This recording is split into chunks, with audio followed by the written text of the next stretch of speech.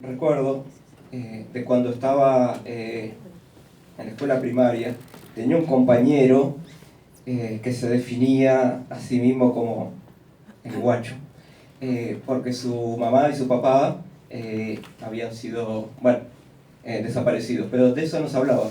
No, se lo crió su abuela, a él y a su hermano, y era como una cosa que todo el tiempo volvía en el diálogo que teníamos con él, pero que era como un diálogo mudo, era un diálogo que no se podía exteriorizar. Y ahora cuando volvió a esta cuestión de la insistencia y al mismo tiempo de la resistencia y al mismo tiempo de, la convicción, lo recordaba así a mi amigo y pensaba así, tal vez no hay una forma en la cual esa resistencia de la cual los tres hablaban, no es una forma en el reclamo o en el trabajo cotidiano o en la convicción de hacer presentes a la que no está. Muchas gracias, Carlos. Bueno, como en realidad no son tanto preguntas, sino opiniones y intervenciones con algún interrogante en el medio, yo les propongo que hagamos como una intervención cortita de cada uno sobre esto que comentaron los compañeros. No nos extendamos mucho, no tenemos mucho tiempo, y con esto podemos escuchar a todos. ¿Les parece? Ahí aquí se Hay muchísimas cosas para decir. Me olvidé decir, por ejemplo, una cuestión que realmente es epistemológica, el debate de las abuelas cuando François Dolto llegó y dijo que no había que buscar a los nietos. Y lo fundamentó, después se desdijo. Pero lo más curioso, yo escuché esa conferencia, ella da toda la fundamentación teórica y cuando cierra, dice, por eso nosotros no buscamos a los niños que se llevaron los nazis.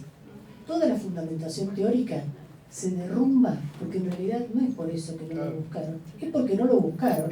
Y después armó una racionalización como el hombre que dijo por qué recogía el paraguas la orden que le habían dado bajo hipnosis, digamos. Entonces ahí a mí me quedó para siempre una pregunta, la certeza de las abuelas, como dice, problema de ellos si no lo buscaron. Y se acabó la discusión teórica, problema de ellos. Entonces, pero yo querría volver no tanto sobre la insistencia, sino sobre la cuestión de la memoria, porque yo estoy pegada con el tipo de las neurociencias, ¿no? ¿Por qué estoy pegada con el de las neurociencias? Porque nosotros confundimos memoria con conciencia. Y confundimos memoria con conciencia a nivel subjetivo singular y confundimos memoria con conciencia a nivel colectivo. Entonces, durante mucho tiempo se pensó en esto de la profundización de la conciencia como, y esto a la izquierda que vos mencionabas tiene esa idea de algo racional que hay que entender y que hay que conocer cada dato de la historia para poder no repetirlo, cuando en realidad los chilenos estuvieron anestesiados, les subieron 30 pesos el subte y algo estalló y de repente estaba de nuevo la cuestión de ahí inmediata, la cuestión de la muerte de Allende y un montón de cosas que no van a ser nunca más iguales. ¿Sí? Y no es que estaban recordándolo, el debate es un debate que se abrirá después porque ya no es esa forma organizativa de alguna época, el Cordobazo con Atilio López, Tosco, etcétera, sino que en realidad, por lo que me dicen, no hay una forma de liderazgo definida. Entonces están en las calles sin saber qué es lo que va a pasar. No se sabe qué va a suceder. Y lo otro que quería decir, yo siempre prefiero imágenes que a veces que conceptos, es que en el año 2014, una cosa que compartimos, Fabiana, fue esa mesa de debate en Montevideo del encuentro de Alames, donde descubrimos que el terror de Estado en la Argentina había sido prolijo. Absolutamente prolijo. Era el ejército, eran las víctimas, era cuando llegaron los salvadoreños con las manos, los mexicanos, con la mezcla entre el narcotráfico, el ejército, la policía y la corrupción, cuando las formas de muerte y de necropolítica de América Latina, lo nuestro, con los organismos de derechos humanos más así, qué sé yo, era una especie como de Esto sí fue un Estado. En cambio, por ejemplo, los 120.000 muertos de México son un Estado fallido. Y eso es lo que puede suceder cuando finalmente ni siquiera está el modo de gubernamentalidad estatal. Entonces voy a cerrar con esto, con varias cosas que quiero comentar. Primero, cómo se ha cambiado la memoria de los 70, que es una memoria que está siempre, no hay memoria que no esté siempre en transformación, esa es una característica, pero no necesariamente es consciente. Pero esta especie de irradiación, cuando la última vez que estuve en México acababan de ser el episodio de Ayotzinapa. No sé si usted lo sabe, lo detuvieron a la policía, se lo entregó el ejército a los narcos lo desaparecieron. Eso es bastante más complicado porque ahí donde termina el Estado y donde empiezan los narcos. ¿Cierto? No es el aparato estatal, un Estado terrorista, etc. Es una situación de irradiación de terror en la sociedad en su conjunto, donde el narcotráfico opera ya desde afuera del Estado, pero en relación con el Estado, como un componente más de liquidar las formas de funcionamiento social de alguna manera en red. Y a mí lo que me asombró es la respuesta muchas de las respuestas de las frases, con vida los queremos, ¿no? Con vida los llevaron, con vida los queremos. De repente uno sentía, estando en la plaza de Coyoacán, la presencia de las consignas de los organismos de derechos humanos de la Argentina. Y además un tipo de respuesta que era, yo pasaba la mañana por la plaza de Coyoacán y estaba llena de papelitos, de flores, de carteles que decían, si ellos no están, no podemos estar. Había una cantidad, 2 horas después lo habían limpiado, 3 horas después estaba la plaza llena al estilo mexicano, papelitos, cositas, etc. Y en la Feria del Libro de Guadalajara estuvieron siempre ocupadas, eso es muy de los organismos de derechos humanos argentinos también, siempre ocupadas las sillas con los retratos de los 45 normalistas desaparecidos. Entonces, uno ve cómo esto, como además la memoria no nos pertenece. Las canciones de la Guerra Civil Española configuraron una generación en la Argentina. Los organismos de derechos humanos instalaron algo que después aparece en Ayotzinapa. Ayotzinapa eran 45 muertos, tienen un cadáver enterrado por kilómetro cuadrado, pero Ayotzinapa fue la gota que rebalsó el vaso, como los 30 muertos, como los 30 pesos, no los 30 muertos, 40 y pico muertos lleva Chile, los 30 pesos del subte de Chile. Hay algo que sucede y de repente la memoria se actúa. Eso es lo que quería decir. Hay simplemente 2 cosas que voy a comentar. En primer lugar, a mí me parece tan relevante la pregunta del neurocientífico. Metafóricamente sí. Para mí no. Leo a neurocientíficos, por ejemplo, Catherine Van Agut me parece muy interesante. Pero bueno, quiero decir, el lugar del sujeto de la memoria no se constituye desde el cerebro. Otra cosa es que el cerebro sea el soporte. No, porque yo te voy a hacer una aclaración. Yo tomé eso como metáfora. No me interesa lo que investigue el neurocientífico. Dije, ¿por qué no se nos ocurre pensar qué pasa? ¿Qué es lo que permite hilar una cosa con otra? Esa es la pregunta. ¿Quién lo responda con la Lo que nos permite hilar una cosa con la otra es precisamente que no nos hemos constituido en el cerebro. Por eso, ni siquiera en el sueño, como señala Lacan, no es que yo no sepa quién soy, sino a dónde me lleva el sueño es lo que no sé.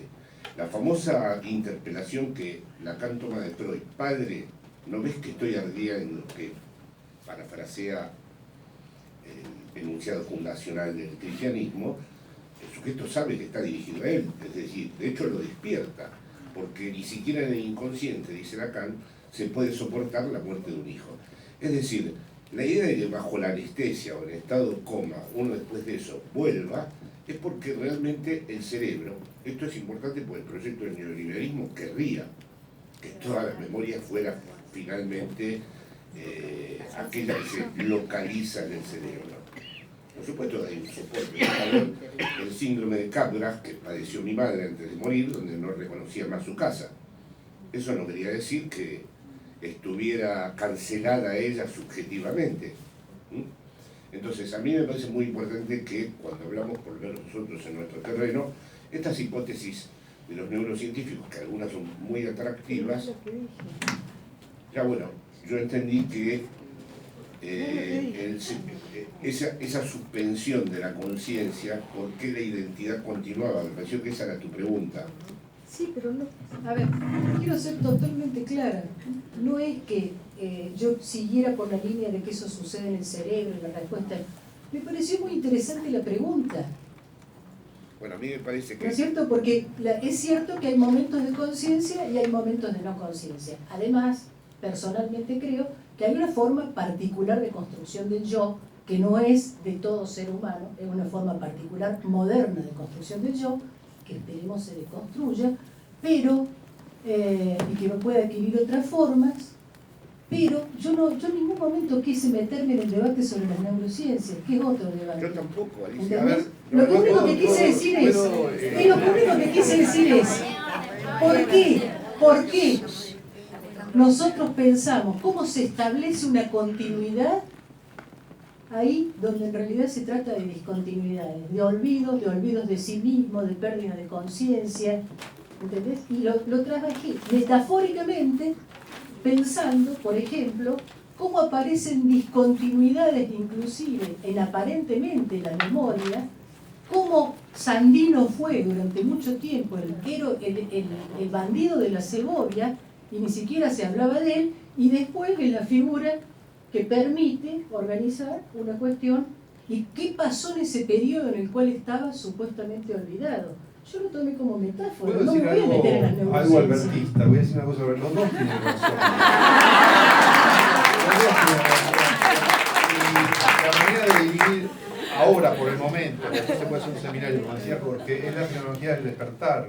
Porque lo que vos decís remite a la fenomenología del despertar, que es un momento de incertidumbre, donde efectivamente uno pasa del no saber quién es al reconocimiento. Pero lo vos dejaron terminar. No es el momento. Yo no terminé el argumento. Yo nunca quise entender esto como que a Alicia le interesaba la hipótesis del neuro. Lo que me llamó la atención es que la pregunta del neurólogo era cómo es que uno volvía sobre sí después de haber estado en un estado en donde se interrumpió la conciencia. Esa pregunta no me parece relevante porque a lo largo de toda una vida hay todo el tiempo rupturas, discontinuidades, porque no estamos hechos en el cerebro. Esto era lo que quería simplemente señalar. Tengo otro debate, pero mejor no lo toco. Yo pienso que Latinoamérica es Occidente. Otra cosa es discutir si es un privilegio o no, pero el movimiento que se llama peronismo, evocado por mi amigo Kaufman, es un movimiento que conjuga dos grandes tradiciones occidentales, que son el barroco y el romanticismo. Y si hay algo que distingue a toda Latinoamérica, estoy más en mi barrio de Madrid, fuera de Occidente, porque mi maniobra transcurre entre pakistaníes, magrebíes y rusos, que cuando estoy en Buenos Aires. La ultraderecha europea cree profundamente que eso termina islamizado enteramente. Y la novela de Houellebecq, la anterior, tuvo éxito de los hermanos musulmanes ganando Francia, porque lo ven como una posibilidad. Lo que siempre me extraña cuando estoy en Buenos Aires es lo occidental, y cuando estoy en las provincias también. Pero Brasil, ¿qué tal? Absolutamente occidental. Es decir, lo occidental no es una homogeneidad.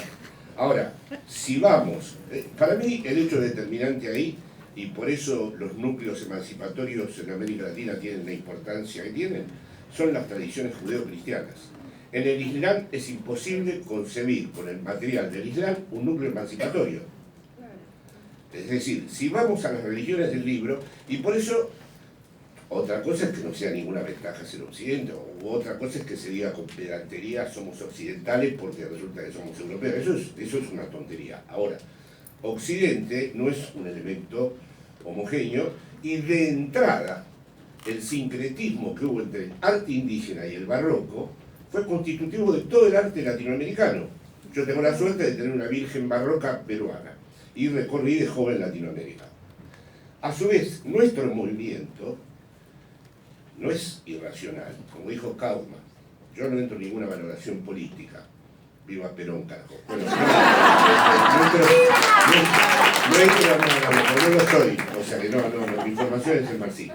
Pero quiero decir, la cuestión del peronismo, es decir, eso es un problema de los europeos, que creen que es una enfermedad tropical que tenemos. Pero realmente el problema que tiene es la sofisticación que excede los marcos teóricos de ellos. Porque evidentemente una cosa que se conjuga en términos románticos, en términos barrocos, y que tienen una especie de existencialismo, como discutí el otro día en Los fantasmas de Perón, atravesándolo, es muy difícil de descifrar en un mundo en donde está el canon conservador y el canon socialdemócrata. Entonces me da la razón a mí. No, Occidente, pero a ver, Occidente no es solo Europa. Es decir, Occidente, es decir, Latinoamérica es una modalidad de Occidente precisamente constituida, primero, la identidad no es el cerebro, por eso estaba esa coquetería de Borges, que a él le horrorizaba la eternidad porque hubiera tenido que seguir siendo Borges y eso le parecía monstruoso, pero aceptaba lo que decía. Y a la vez, Latinoamérica, todo lo que sucede es totalmente atravesado por huellas occidentales. Eso es otra cosa. Africana, occidentales, claro. No, bueno, pero es que Europa tampoco es idéntica a sí misma. Yo no voy a comprar... a ver, Europa no es el eurocentrismo. Nos interesan siempre las huellas que no son eurocéntricas. El delirio de los europeos, es decir, el delirio europeo de colocarse o situarse como en el centro del universo, ya los europeos en los últimos años tampoco tienen muchos argumentos para creérselo, ¿no? Ahora, otra cosa es que el archivo europeo, es como una conversación que tuve el otro día está filmada, con mi querida amiga Luciana Cadaya, es un referente del feminismo. Me preguntó, ¿las teorías de Freud y Lacan no son teorías de hombres sobre mujeres? Yo dije, bueno, no, hay huellas de lo masculino en Freud y Lacan, pero yo no puedo leer a Freud o a Lacan solo como hombres que hablan de mujeres, porque entonces le prendo fuego a los dos libros y ya está, no tiene ningún valor. Lo mismo con los libros europeos. Yo voy a leer a Hegel o a Heidegger o a Marx como pura expresión del poder eurocéntrico y del dispositivo de dominación europea. No. Que encuentro huellas de esos en esos pensadores, seguro. Ahora, en cuanto a la occidentalización, vengo muy seguido a la Argentina y si hay algo que puedo echar de menos es que en mi barrio yo paso magrebí a la mañana, pakistaní a la tarde, ruso al mediodía y a la noche ya de nuevo un pakistaní que es el único supermercado que cierra a las 2 de la mañana. Es decir, ese es el barrio en el que yo transcurro. De hecho, ahora cuando me editaron en ruso, la cocinera rusa fue la que me tradujo la tapa del libro porque no entendí nada de lo que habían puesto. Yo veo a estas ciudades sumamente occidentalizadas. Eso no quiere decir que Occidente sea solo una virtud. Por ejemplo, lo que dijo antes Alicia de la dictadura, la limpieza que tuvo, tiene mucho que ver con la inspiración de Noche y Niebla que tuvieron los militares argentinos. Es decir, tomaron muchísimos de los elementos administrativos y procedimentales del nacionalsocialismo. Entonces ahí hubo, pero fíjense hasta qué punto, si hay algo que distingue a la Shoah es el carácter absolutamente inútil con respecto a, estando en la guerra, del exterminio. El exterminio no les sirvió para la guerra, el exterminio fue la organización de Khan con Sade, como lo vieron tanto Adorno como Lacan. Y el exterminio aquí también no cumplió solo la función de derrotar, como decían ellos, la subversión. Había un plus, había otra cosa que sucedió, y eso es lo que hace que indefinidamente retornemos. Bueno, en fin, son como cosas que solo es por el entusiasmo de la intervención de mi compañero y de mi compañero, ¿no? Yo voy a decir solamente algo sobre una cosa que denominaría... mal eso de Alberto, le daría razón. No empezamos porque ya lo condenamos al hombre a una especie de no importa, Alberto, lo que importa es cómo gestionar las polémicas, era una cuestión sobre eso. Eso Lo que me importaba decía que los dos tenían razón, tenían razones parciales. Y a veces no es saludable cuando una polémica incide sobre cada razón parcial y la opone al otro, y bueno, se produjo ahí un circuito que quería albertizar irónicamente. No soy muy optimista tampoco en ese sentido, en el otro plano, así que no nos preocupemos. O sea, albertizar como sinónimo del término medio, una cosa así. No le importa, no vayamos por ese lado, porque lo que me importó más señalar era que lo que parecía tener un carácter totalizador o de la posibilidad de definir un horizonte se convirtió en una parcialidad. Esa es la coyuntura, desde mi punto de vista.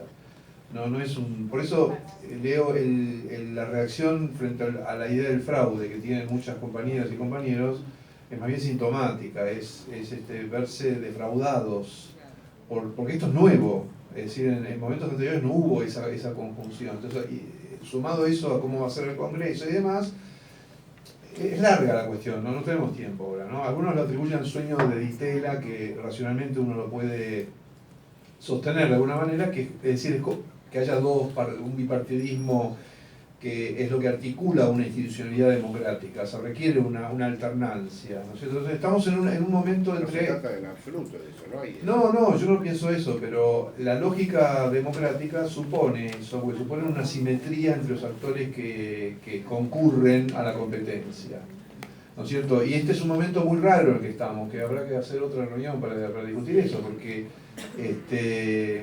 el empresario no es simétrico del pueblo, es disimétrico. Acá la derecha no logró todavía configurar una alternativa política. Tuvieron que gobernar ellos mismos, ¿no es cierto?, como empresarios, con una lógica empresarial.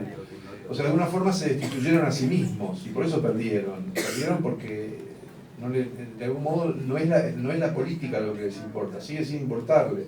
Por eso Macri está muy aliviado, está feliz, se lo ve distendido y feliz, porque puede volver a su reposera. El estrés era algo muy desagradable, no es un político, no son por eso reprimieron a los propios políticos que tenían. Todas estas discusiones eternas que tenemos, pasó eso. Es decir, ¿por qué ganó Marcos Peña, el duramarvismo? Porque era la lógica de la empresa. El punto fundamental es que el político pone su vida en la política, piense lo que piense. En cambio, el empresario no pone su vida en la empresa. Si la empresa quiebra, él reserva su patrimonio, lo tiene reservado y se va a otro lado con su patrimonio. Es decir, la empresa es un juego de poder y de ganancia, que tiene un carácter progresivo en el capitalismo porque hay innovación, porque se produce una serie de beneficios, pero el sujeto está sustraído al destino. Por eso no hay más suicidios de banqueros como el mito del suicidio del banquero de los 30. No corre más, nadie se mata porque le fue mal en los negocios o porque se equivocó. No le pasa nada. Y la política implica un involucramiento. Es eso la política. Es decir, yo soy responsable de algo que está a mi cuidado. Y tengo que dar cuenta de eso, ¿no es cierto? Esto no. Pero yo quería decir, respecto para cerrar un poco con las intervenciones que hubo, hay un problema que es políticas de la teoría. Políticas de la teoría. ¿Qué hacemos con la teoría? La relación entre lo teórico, por eso lo que dijo Alicia con Dolto es muy interesante, porque también quiero hacer una salvedad sobre cómo usé las palabras en mi intervención anterior, cuando dije filosofía, psicoanálisis. En realidad esas palabras no son adecuadas para lo que quería decir, y por eso me quiero salvar con decir políticas de la teoría, ¿no es cierto? Porque claro que la cuestión de existencia es sabida. Lo nuevo es el uso que estamos haciendo en este contexto de politicidad. Es decir, en la pregunta que se formula y en el modo que conversamos acerca de ella, y en problematizar la memoria como una cuestión que acontece en términos de cuerpos que se desenvuelven, que es lo que la anécdota de Alicia es absolutamente decisiva sobre eso. O sea, Dolto hizo toda su explicación teórica y nosotros dijimos, bueno, pero nosotros vamos a hacer otra cosa. Porque es eso la agencia, la política, es que uno no hace lo que dice la teoría, inventa otra cosa y puede salir bien o puede salir mal. Generalmente sale mal, pero ese no es el punto, porque no hay salir bien o mal, sino que hay desenvolver una acción. Y el desenvolvimiento de una acción es lo que después se teoriza. Esa tensión entre teoría y cuerpos es propia tanto del psicoanálisis como de la filosofía, que se distancian de los cuerpos. El psicoanálisis también en el psicoanálisis todos sabemos lo que implica el dogmatismo, el teoricismo, la escolaridad alrededor de los conceptos, y cosas por el estilo, frente a la clínica, los cuerpos dolientes o testigos o aquellos que realizan el trabajo, ¿no es cierto? Esa tensión existe. Bueno, el movimentismo argentino es un movimentismo periférico que tiene teorías débiles, ensayismos, intervenciones poéticas, ¿no es cierto? Uno si habla del movimentismo argentino, ¿de qué habla? Y bueno, habla de lo que hacemos nosotros, de lo que de Perlonger, de Martínez Estrada, un montón de cosas que para el mundo ese en el que vos vivís son estudios latinoamericanos, folclóricos, estudios culturales, no tienen la consistencia de lo que hacen ellos. Cuando ellos dicen las mismas cosas, ¿no es cierto?, que nosotros leemos y adaptamos para nuestros fines, eso tiene consistencia, eso es filosofía, psicoanálisis, sociología. Cuando se produce acá, es una cosa que hacemos nosotros y bueno, perdón, está en un costado de la biblioteca. En esto tengo que... Vamos, ¿querés polemizar? Sí. Porque aquí hay una Tiene que estar responsabilidad. señalado solo esa tensión entre la teoricidad, porque ahora te dejo, pero agrego solamente esto. Ese diagrama entendido como el peronismo. El peronismo no hay una teoría del peronismo. Ni la Clau, o sea, cuando Podemos lee a la Clau y nos lee a nosotros como si fuéramos un movimiento social que leyó unos libros. El peronismo no funciona así, por eso no tiene doctrina. La doctrina no es lo que determina el movimentismo. Sí, yo estoy totalmente de acuerdo con eso. Lo que Es un flujo libidinal colectivo no reconocido por una parte de la población, que ahora se llama 40, y por cómo ese 40 es escuchado por muchos intelectuales y académicos de los países poderosos como en un régimen de verdad. Y nosotros quedamos fuera de todo eso, ¿no? simplemente Por eso vos sos alguien que ha tratado de mediar ese puente, ¿no? Sí, pero lo que quería decir, porque estoy totalmente de acuerdo en lo que sostenés, es que tenemos una responsabilidad que es que no nos citamos nunca entre nosotros. Es decir, ¿cómo vas a creer en una comunidad intelectual que siempre se autoriza en el otro y cita autores europeos y no ves en la bibliografía ningún efecto de decir, bueno, han constituido una comunidad intelectual y tienen... Entonces, hasta que esto no tenga algún tipo de... Yo estoy a favor de lo que vos decís, no creo que haya teorías y creo que cada uno tiene el derecho de apropiarse de las mismas de la manera que crea. Pero sería muy interesante discutir algún día el régimen de circulación del saber entre nosotros, porque casi todos los trabajos, libros que leo, miro la bibliografía y son los propios autores los que sostienen y se autorizan en el otro internacional, digamos. Sí, eso es así. Una sola observación sobre este tema. Esto se llama, no tenemos tiempo, ¿no? Pero quiero dejar una consigna, Noche de los botones largos. O sea, el 40, que está constituido por muchos científicos también, odia todo lo que es populista, en este sentido que estamos planteando, y se subordina a esas lecturas. Entonces hay una validación que se produce de esa forma global, internacionalista, academicista, con la que el psicoanálisis tiene sus propios conflictos también históricos. Siempre tuvo una tensión con el conocimiento universitario académico, ¿no? Es decir, con lo validado, con lo protocolar. Y entonces hay un problema de supervivencia ahí, ¿no es cierto? Que se puede leer, lo digo Noche de botones largos porque es recurrente, la destrucción de la propia subsistencia del conocimiento científico, intelectual, de la cultura. Estos años han sido de destrucción. Entonces la necesidad de reconstruir se vuelve acrítica. Ahora estamos pasando en un momento que tiene que volver todo lo que se perdió, entonces no hay oportunidad de discutir realmente estas cosas. Y esa oportunidad vuelve siempre a perderse, porque tenés que discutir la supervivencia. Bueno, interesantísimo el debate, realmente queremos ir todos y sobre todo la parte donde no se ponen de acuerdo. Pero tenemos que dejar acá, les agradecemos muchísimo, es un honor realmente, se los vuelvo a decir, escucharlos a los tres. Y bueno, muchas gracias a todos por participar de este debate en ese deseo irreductible de insistir. Muchísimas gracias.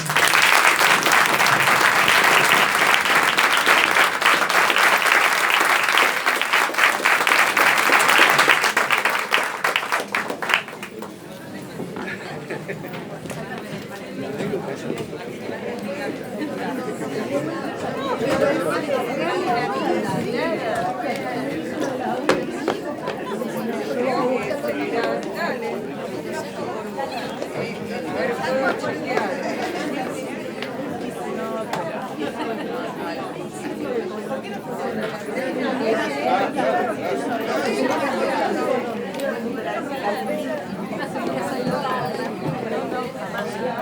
Vos ya la agarraste frontalizada, ¿te acuerdas?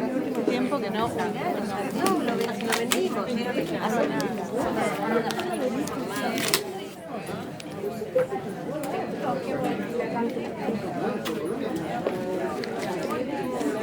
Y si